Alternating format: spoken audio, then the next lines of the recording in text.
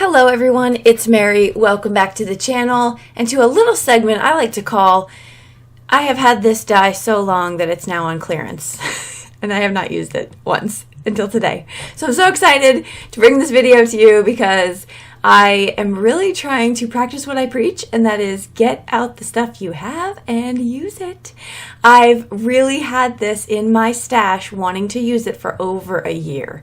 And so now I went to go see if it was even still available, and it happens to be on clearance as of taping and publishing this video. So if you're interested in this die, it's like 50% off. You can check it out, link below. But anyway, I'm here to talk to you about a card that I'm making, and there's nothing earth-shattering here. I have no special tips and tricks, I don't think. We'll see what unfolds as we go through it. But I just really wanted to sit down to my craft table. I have the windows opened. It's beautiful outside, and that's what I felt moved to do. All right, so I'm starting off by die cutting this 𝑴𝑐𝑹𝑬 die. This is some crayons or pencils in the shape of a heart. I'm going to do the background in black so that I can affix my little pencils to it, and then I'm going to just die cut all in white. Now, if you want to die cut this 8 times in 8 different colors and then use each of those pencils, you certainly can do that. I just chose to ink up the pencils from the white cardstock. I don't know which one's faster, to be honest with you. I like to think that it was the way I did it because I didn't have to die cut it so many times, but you know, no one can tell. I don't know. But anyway, we're going to move into starting to put some ink onto these little pencils here. Now I'm using my finger daubers. These are actual real bristles. They're not the foam daubers. They're little bristles. You stick your little finger in the back of them and you can use them. They're super fast, really easy to ink up stuff. And I use the small ones obviously because these crayons or pencils, they are small. One thing I do love about, as I say crayon or pencil, I realize that people say things differently from different countries. So some people refer to colored pencils as such, and some call them crayon pencils? Crayons? Now see, I've wanted to educate all of you, and I don't have any details. Hold on, let me go look it up 1 second. Ooh, I was so close. It's pencil crayons. So my Canadian friends, these can be pencil crayons, or for my American friends, colored pencils or crayons. Okay, anyway, let's get into what we're doing here. So I'm using some Catherine Puller dye inks.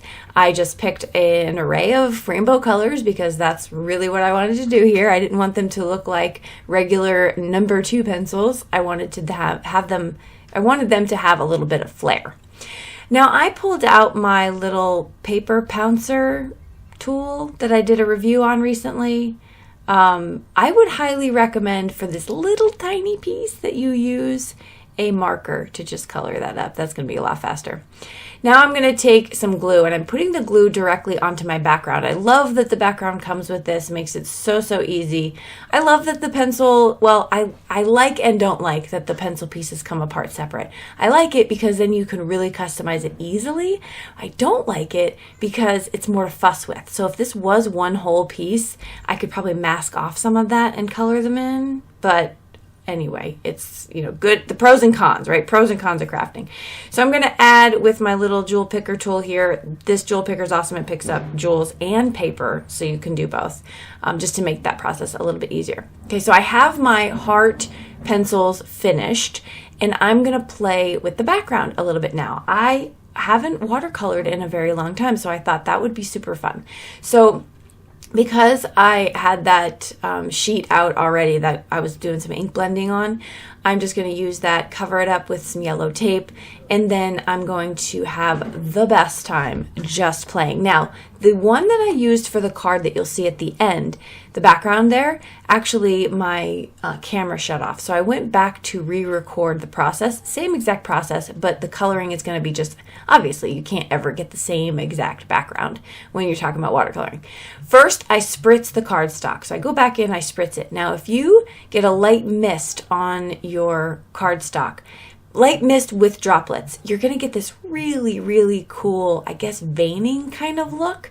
That is really fun. And then what you can do too is go back in and spritz it again, just a little bit, not too heavy. I didn't want this whole mixed blended background. I just wanted some pops of color to kind of lend to the heart that I'm going to place on top of it. So that was what I wanted to do for mine.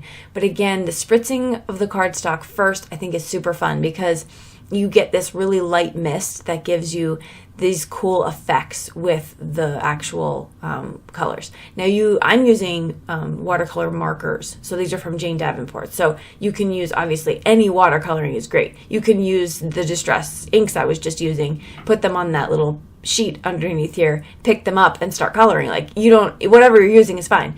But just the technique of spritzing the cardstock first and not layering it with water. I think that's a technique I want you to try because this is super fun.